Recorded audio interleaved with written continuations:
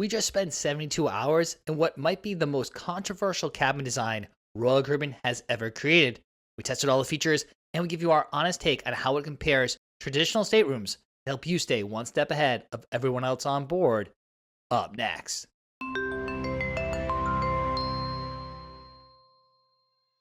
Welcome aboard, everyone. I'm Don B from Eat, Sleep, Cruise. And if you're loyal to Royal, then you're probably familiar with the heated debate about Royal Caribbean's infinite ocean view balconies. Some cruisers call it revolutionary, others call it a complete ripoff. So we put it to the ultimate test. We booked back-to-back sailings on Star of the Seas, the world's largest cruise ship, and stayed in both a controversial infinite balcony and a traditional ocean view balcony to see which one actually delivers a better experience. And stick around as we reveal who will actually love this type of cabin. So what makes this cabin design so controversial? Well, the infinite ocean view balcony reimagines the traditional layout by eliminating the outdoor balcony entirely and incorporating that space into an expanded 250 square foot interior.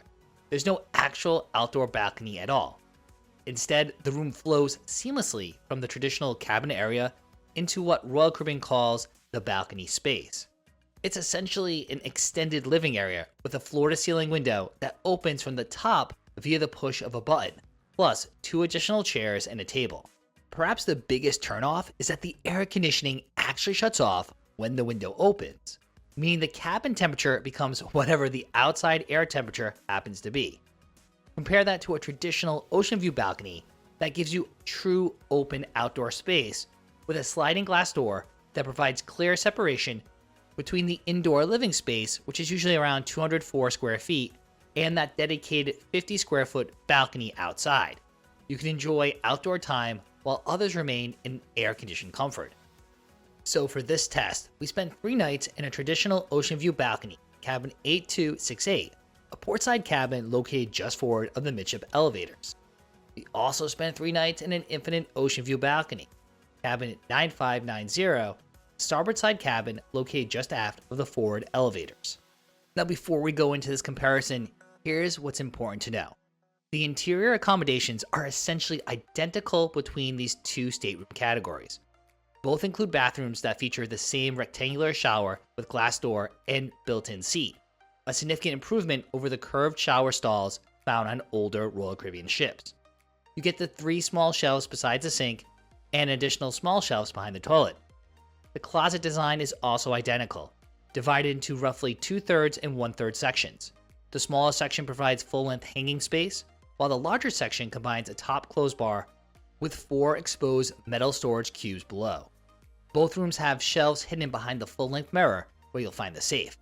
And for technology, both rooms include the same setup. The desk area includes one 120-volt outlet, one European outlet, one USB outlet, and one USB-C outlet. Additional USB outlets are positioned on both sides of the bed, and near the television area you get one USB and one USB-C outlet, so you'll never need to struggle to keep devices charged regardless of the cabin category you choose. Storage is identical too, 5 desk drawers of varying sizes where you'll also find the mini fridge and hairdryer, plus small shelves near the television that are perfect for storing electronics and water bottles. Both cabin types feature the same generously sized sofa that comfortably seats 2 people, the same Royal King bed, and the same desk setup with an actual chair rather than just a stool. Surprisingly too, pricing is comparable between both categories on most sailings, so cost isn't really a factor in your decision.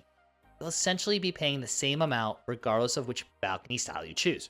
So the decision between these cabin categories really comes down to the balcony preference, rather than debating between interior amenities or price, since you'll enjoy the exact same comfortable living space and pay similar rates regardless of the option you choose.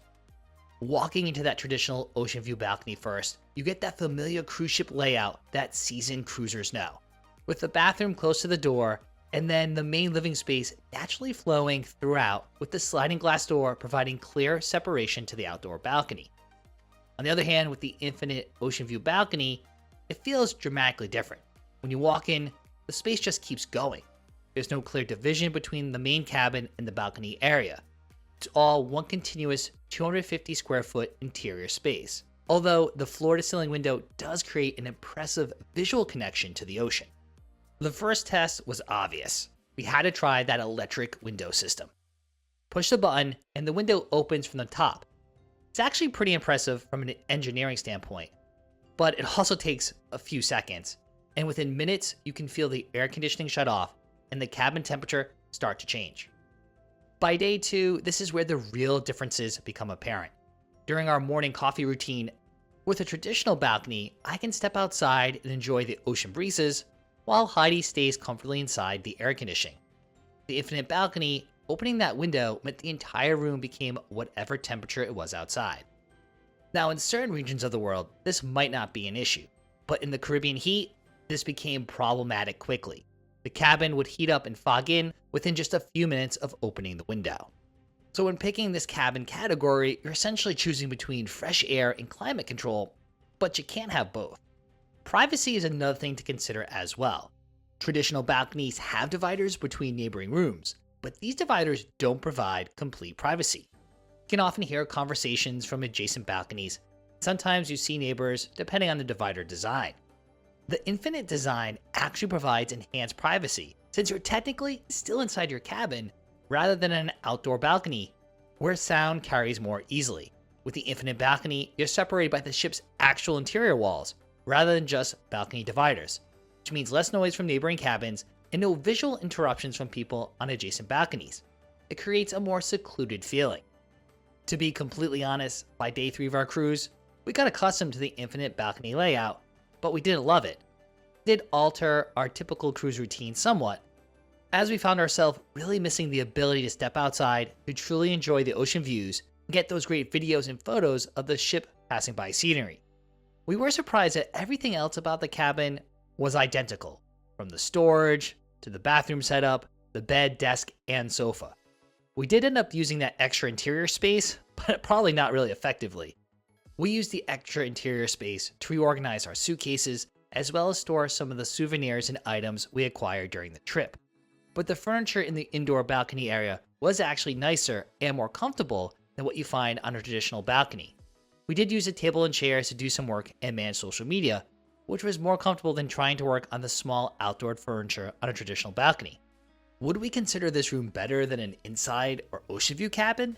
Absolutely. But here's the thing, given that it's not offered at a discounted rate compared to the traditional ocean view balcony, we'd rather pay the same amount to get a real outdoor balcony. However, the infinite ocean view balcony works best for cruisers who prioritize interior space and don't mind sacrificing true outdoor space. You get more interior living room with multiple seating areas, partial protection from the outdoor elements, and enhanced privacy. And we talked to several cruisers who actually prefer the infinite ocean view balcony for these reasons. However, in our view, if you're paying more to get a balcony, then you should get a traditional balcony, which allows you to physically go outdoor and has separation from indoor space. That clear separation provides flexibility as well as accommodates different preferences and schedules. Now, of course, deciding on the type of stateroom category is actually the main driver of your total cruise cost, but it's not the only one. So to help you set up your Royal Caribbean cruise budget, click or tap on our Royal Caribbean cost video right here on YouTube. In that video, we go step by step, walking through how to create a realistic cruise budget so you'll know exactly how much your sailing will cost and you won't return home with sticker shock.